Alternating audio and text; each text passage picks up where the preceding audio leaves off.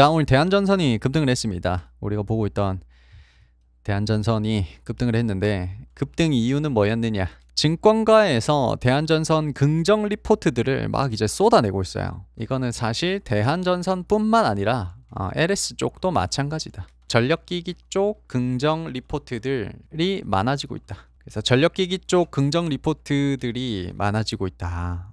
일단 요게 팩트입니다. 팩트.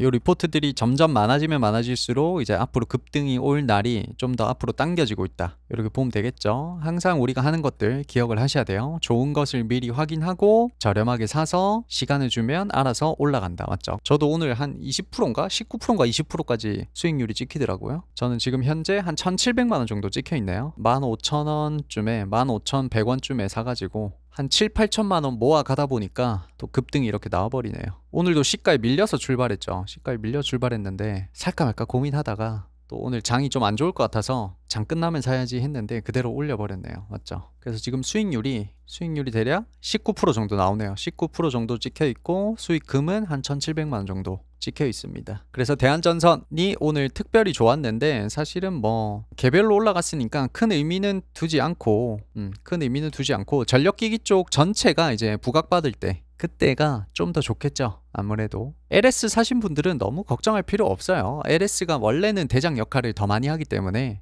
LS를 사도 괜찮다. 아무 이상 없다. 알겠죠? 시간이 지나면 지날수록 좋을 확률이 높다. 그렇게 보시면 될 것 같아요.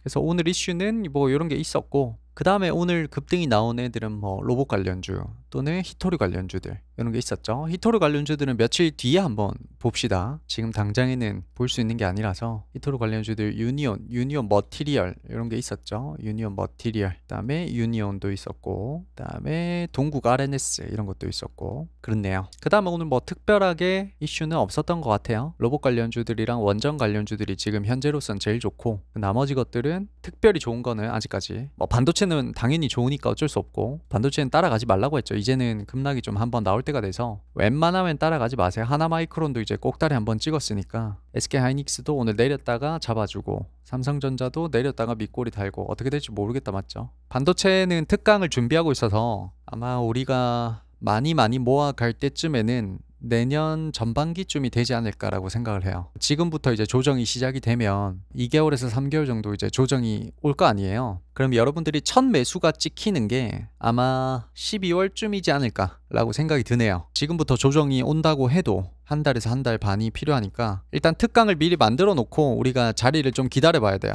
그래서 반도체 관련주들은 특강을 미리 만들어 드릴 테니까 지금 왜 반도체주들이 이렇게 강력하게 가고 있는지 왜 전 세계적으로 반도체 시장이 지금 급등이 나오고 있는지 그 전반적인 이해를 먼저 하고 그 다음에 이제 내년에 우리나라 종목들 중에 특별히 좋을 만한 반도체 애들이 또 있거든요. 삼성전기라든지 여러 가지 것들이 있는데 그런 것들을 반도체 특강을 통해서 또 공부를 열심히 해보도록 합시다. 아시겠죠? 그 다음에 단기 급등주 오마카세로 넘어가 볼게요. 지금 제일 좋은 게 로봇이랑 원전이죠. 그래서 일단 두 개를 뽑아왔어요. 얘들은 말 그대로 단기이기 때문에 리스크 관리를 어떻게 해주셔야 돼요? 리스크 관리를 더 타이트하게 맞죠? 타이트하게 해줘야 한다. 요거를 어떻게 타이트하게 할 것이냐는 기법 영상 C00에서 매매하는 법을 참고하셔야 돼요. 알겠죠? 말 그대로 단기 급등주 오마카세는 급등 직전을 잡아내기 때문에 흔들기가 많다. 리스크가 크다. 그래서 리스크 관리를 더 타이트하게 해주셔야 됩니다. 요거를 할 줄 모르면 사실은 급등주 오마카세를 이용하기가 조금 힘들지 않을까라고 생각이 드네요. 그래서 로봇 관련주, 원전 관련주 이렇게 볼게요. 원전 관련주는 왜 올라가는지 알죠? 전 세계적으로 지금 에너지 부족 현상을 겪고 있기 때문에 뭐 SMR이라든지 원전 쪽에 지금 앞으로는 원전 플러스 뭐 SMR이라고 할게요. SMR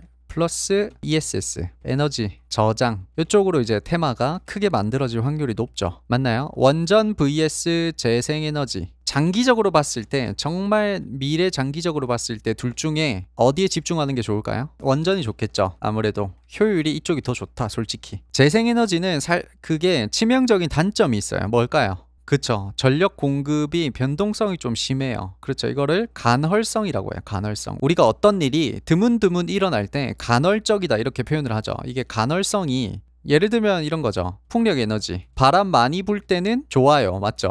안 불면 어떻게 돼요? 에너지 효율이 떨어지는 거죠. 그래서 이 재생에너지는 꾸준하게 똑같은 전력량을 공급하기가 좀 힘들어요. 장기적으로 봤을 때 값은 싸요. 한 번만 설치해두면 그래도 오랫동안 쓰니까. 풍력 그 터빈을 설치해두면 오랫동안 쓰니까 좋긴 한데 에너지가 진짜 필요할 때 못 쓸 수도 있다는 가능성이 있지. 이거는 좀 치명적이잖아요. 그래서 이제 보조 수단으로 가는 거죠. 재생에너지는 약간 보조 동력으로 가는 거고 원동력은 원전으로 갈 확률이 좀 높죠. 그래서 원전 쪽이 더 많이 올라가는 거죠. 재생에너지보다는. 이런 단점도 있다라고 보시면 될 것 같아요. 그래서 앞으로는 원전 또는 ESS 에너지 저장 장치 쪽으로 테마가 만들어질 확률이 크다. 그래서 어쨌든 원전은 왜 올라가는지 우리가 잘 알고 있어요. 잘 알고 있는데 로봇은 요즘에 뭐 때문에 많이 올라가요? 어떤 이슈들이 좀 기다리고 있나요? 앞으로 봤을 때 뭐 테슬라, 휴머노이드 쪽으로 많이 기대를 하고 있죠. 뭐 국내로 따지면 노란봉투법 있죠. 노란봉투법 때문에 조금 올라가기도 하고 여러 가지 것들이 있죠. 로봇 테마주들이 좀 이제 한 타이밍 올 때 되지 않았나 좀 생각은 하고 있네요. 그래서 지금 굉장히 좋은 테마가 로봇이랑 원전 두 개가 있습니다. 물론 단기이기 때문에 많이 못 사요. 맞죠? 많이 못 사요. 급등 바로 직전을 잡아내는 거라서 많이 살 수 없다는 단점을 안고 있다. 그걸 꼭 알고 가셔야 돼요. 하나하나씩 한번 가봅시다. 맞아요. 현대 쪽에서도 지금 로봇에 투자를 많이 하고 있죠. 현대 쪽에서 로봇 어디에 투자를 했죠? 보스턴이죠. 보스턴. 그래서 실제로 대기업들이 로봇에 엄청난 투자를 지금 하고 있어요. 분명히 미래 먹거리죠. 분명히. 그래서 로봇 원전 두 개 다 알아봅시다. 첫 번째가 나우 로보틱스입니다. 나우 로보틱스. 여기까지 보면 되겠죠? 지금 로봇 관련주들이 흐름이 좋을 때 지금 올라타는 거라서 이 리스크 관리를 잘 해주셔야 돼요. 알겠죠? 우리가 보통은 이것도 내일 모레 라이브 때 좀 알려드려야 되겠다. 우리가 보통은 이렇게 급등이 나오면 이렇게 이제 떨어질 때 많이 모아가죠. 여기까지는 이해했죠. 좀 내가 길게 보고 이 재료가 될 것 같다. 그리고 많이 들어가고 싶다 라고 할 때 어때요? 이런 식으로 매매를 많이 할 수 있죠. 이러다 보면 이제 순간적으로 이렇게 치고 올라가는 거죠. 뭘 많이 써야 되죠? 시간을 많이 써야 되죠. 그런 장단점이 있죠. 많이 사서 한 번에 수익이 크지만 시간을 좀 써야 된다. 맞죠? 내려오는 타이밍에 사야 되기 때문에 내려오는 이 타이밍 플러스 돌려나가는 타이밍까지 두 개의 시간이 합쳐져야 돼요. 그러니까 시간이 많이 걸릴 수밖에. 근데 이제 예를 들면 지금 제가 하고 싶은 말은 이런 거예요. 뭐 이렇게 내려오다가 이제 이렇게 돌려나가기 시작해요. 여기서 살 수도 있죠. 무조건 여기서 사야 된다는 법은 없잖아요. 여기서 살 수도 있지만 여기서 사면 문제가 뭐예요? 장단점만 한번 따져봅시다. 장점은 뭐죠? 급등으로부터 시간이 좀 덜 걸리죠. 여기서 사면 바로 올라가니까. 단점은 뭐예요? 리스크가 크다는 게 무슨 말이에요 이게? 여기서? 많이 못 사는 것도 단점인데 그것보다 더 치명적인 거는 뭐죠? 이게 지금 제가 그림을 우상향으로 그렸잖아요. 제가 우상향으로 그렸는데 얘가 이렇게 될 수도 있죠. 제 말이 이해가 가나요? 예를 들면 이렇게 내려오다가 이렇게 이제 들어 올렸어요. 들어 올린 걸 보고 나는 우상향이라고 이제 생각을 하고 진입을 했어요. 근데 사실은 이렇게 될 수도 있죠. 이게 페이크일 수가 있죠. 페이크. 이게 속임수이면 어쩔 건데. 페이크인지 아닌지 알 수 있는 방법이 있나요? 없죠. 없다는 게 이제 팩트인 거죠. 없다. 맞죠? 이걸 알 수 있다라고 하면 사기꾼이죠. 지금 이 우상향이 페이크인지 아닌지를 알려주세요. 그런 조건이 뭔데요? 라고 했을 때 모른다는 게 정답이죠. 모른다. 그럼 이 자리에서 내가 매매를 하려면 결국 뭐예요? 여기서 뭔가 이런 안 좋은 흐름이 나왔을 때 어떻게든 손절을 하거나 리스크 관리를 해줄 수 있는 능력이 필요하죠. 그게 안 되면 지금 이 올라가는 상황에서는 매매를 못 하는 거죠. 그게 지금 이런 거죠. 지금 로봇 관련주 흐름 좋나요? 너무 좋죠. 다른 어떤 섹터들보다 지금 로봇 관련주가 흐름이 너무 좋죠. 전부 다 우상향을 보여주고 있고 뭔가 일이 하나 터질 것 같은 느낌이 좀 들죠. 그러면 일단 여기서 올라타는 거예요. 원래 올라타고 아니다 싶으면 잘라내야 돼요. 그러니까 음봉에서 떨어질 때마다 이렇게 모아 나가는 경우도 있지만 어떤 흐름이 좋을 때는 내가 우상향할 때 올라타서 아니다 싶을 때는 잘라내는 방식이 더 좋을 때도 있죠. 결국 이 방식을 고집하려면 내가 아니다 싶을 때 바로 잘라내는 그 능력이 있어야 되죠. 리스크 관리한 능력이.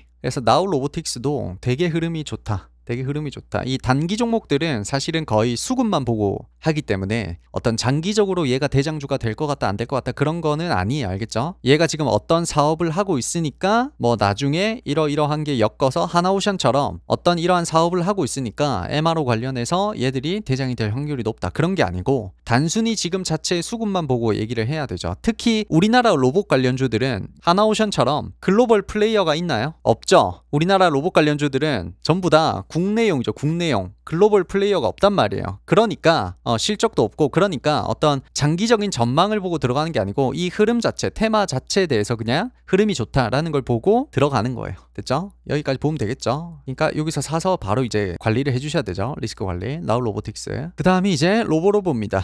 로보로보도 꽤 좋았죠. 여기서 들어올리고 박스 주고 한 템포 들어올렸다가 여기서도 주고 지금 들어올렸죠. 로봇 관련주들 전체 지금 흐름이 다 좋기 때문에 또 5일선을 올라타려고 하죠. 그래서 이렇게 관리를 한번 해주시면 되겠죠. 그 다음에 유일 로보틱스 마찬가지로 지금 어쨌든 박스권 상단에 거래를 주고 살짝 올려놨어요. 올려놓고 내려왔다가 다시 들어올릴 때 들어가면 좋을 것 같아요. 그래서 내려올 때 좀 건들지 말고 내려오다가 주가 안 꺾이는 거 보고 살짝 들어올리면 종가 때리고 이제 리스크 관리 해주셔야 되죠. 그래서 며칠 뒤에 한번 볼 수도 있겠다, 맞죠? 유일 로보틱스. 그 다음에 T 로보틱스 마찬가지로 지금 박스권 상단에 거래 주고 올려놨어요. 꼬리 여러 번 주고 거래 주고 올려놨기 때문에 요 자리 안 꺾이는 거 보면서 내일 양봉이 나온다든지 아니면 음봉 떨어졌다가 양봉 나온다든지 보면 이제 종가 한번 해볼 수 있겠죠. 그 다음에 에브리봇 마찬가지로 에브리봇도 한번 크게 갈 때는 끼가 굉장히 좋죠. 그래서 에브리봇도 지금 이 자리에서 단기적으로 거래가 많이 실린다는 게 느껴지죠. 괜히 좋다고 하는 게 아니죠. 얘도 이렇게 내려왔다가 요만큼 이제 내려오면 안 되죠. 그러면 실패한 거죠. 이 자리에서 내려왔을 때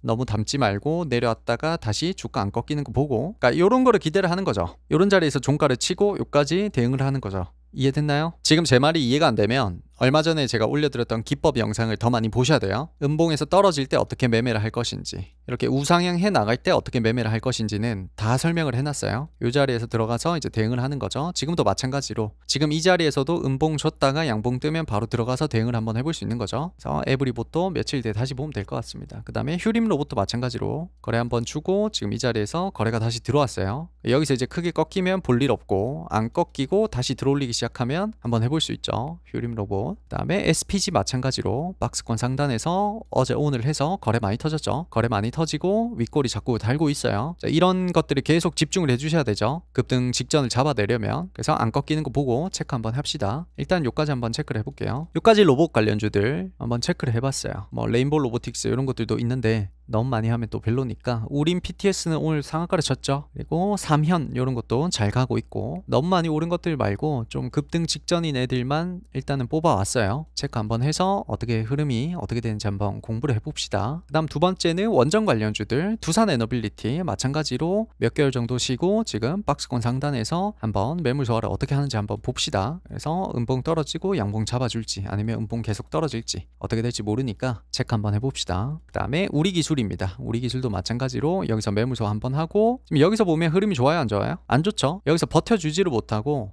올라갔다가 잡아주지를 못하고 그대로 꼬라박아 버리죠. 이러면 시간이 좀 걸리죠. 다시 내려왔다가 올라와야 되기 때문에. 지금 다시 한 번 더 올라왔어요. 지금 이 자리에서 양봉이 계속해서 나올지 한번 체크를 해봅시다. 내일 만약에 요만큼 양봉 뜨면 종가면서 한번 해볼 수 있겠죠. 그리고 대응은 뭐 이렇게 하면 되겠죠. 우리기술이었고, 그 다음에 에너토크 마찬가지로 너무 좋죠. 너무 좋습니다. 박스권도 예쁘게 만들었고 이제 급등 직전인데 뭐 시가총액은 그렇게 크지 않지만 얘도 지금 여러 번 꼬리 달고 매물 조화를 하고 있죠. 그러니까 이런 것들도 흐름이 좋다 이렇게 체크하고 한번 대응해보면 되겠죠. 그 다음 BHI 마찬가지로 박스권 상단에서 매물 조화하고 있어요. 밀리지 않는지 체크 한번 해주면 좋겠습니다. 이렇게 4개 정도 볼 수 있을 것 같아요. 로봇이랑 원전 관련주들, 그리고 우리가 보고 있는 북극항로 관련주들 한번 볼까요? 첫 번째가 KCTC.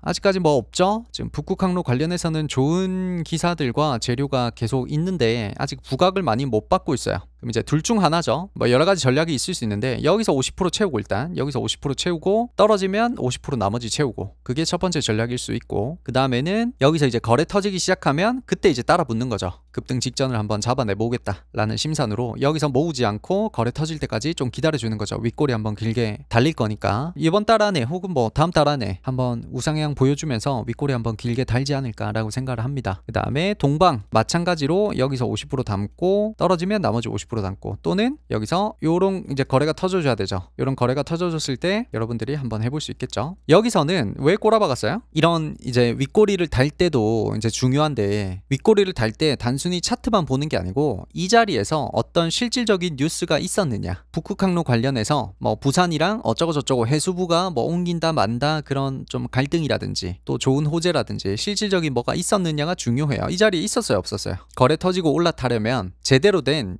어떤 부각되는 뉴스가 있어야 돼요. 그런 게 없었죠. 그냥 KCTC도 여기서 별로 뭐가 없었죠. 뭐가 없었는데 동방 혼자만 이렇게 올라갔단 말이죠. 이런 것들은 보통은 뭐가 없어요. 그냥 꼬라박을 확률이 높아요. 그래서 윗꼬리 이렇게 달고 할 때 뉴스를 좀 봐주셔야 된다. 어떤 뉴스가 있었는지 실질적인 뉴스가 있었다면 이제 기대해 볼만 하죠. 급등 직전을. 그렇고 HMM 마찬가지로 HMM 이 자리 이제 완벽하게 깨버리고 이제 잡아주기 시작했어요. 그래서 급등기로 보자면 KCTC나 동방 같은 애들이 더 좋지만 좀 천천히 가는 거를 나는 하고 싶다. 20조짜리니까 라면 이제 이런 것들을 기대해 볼만 하죠. 이제 하나씩 잡아주고 있으니까 천천히 모아가면 되겠죠. 그 다음에 마지막 전력기기 관련주들 LS 잘 올라가고 있어요. 맞죠? 전기 전선 관련주들도 지금 전부 다 부각을 잘 받고 있기 때문에 아마 여기까지 안 떨어지지 않을까. 그래서 내가 만약에 못 샀다 하시는 분들은 여기서 손절 라인 잡고 지금 들어가는 게 맞고 리스크 대응을 해줘야 되죠. 이제 우상향 하고 있을 때는 항상 리스크 대응을 한다는 생각으로 여기서 들어가고 여기서 대응한다는 생각으로 들어가는 거죠. LS 그 다음에 대한전선은 오늘 급등이 나와버렸어요. 그러니까 이러면 일단은 못 사는 거죠. 내일 또 급락이 요만큼 나올 수가 있기 때문에. 그래서 급락 나오고 또 잡아주거나 하면 그때 한번 봅시다. 대한전선. 그리고 일진전기도 올라가 버렸죠. 우리가 봤을 때가 요런 자리였는데 그대로 또 올라가 버렸어요. 그럼 만약에 일진전기도 내가 사고 싶다 그러면 이렇게 음봉 떨어지면 한번 한 템포 사고 뭐 이런 자리에서 대응한다는 마음으로 해볼 수밖에 없는 거죠. 지금 흐름이 좋기 때문에 이렇게 할 수 있는 거죠. 그 다음에 LS 일렉트릭 마찬가지로 일단 여기서 체크하고 여기서 떨어지면 대응한다는 식으로 할 수밖에 없겠죠. 흐름이 좋기 때문에. 그 다음에 효성중공업 안 되죠.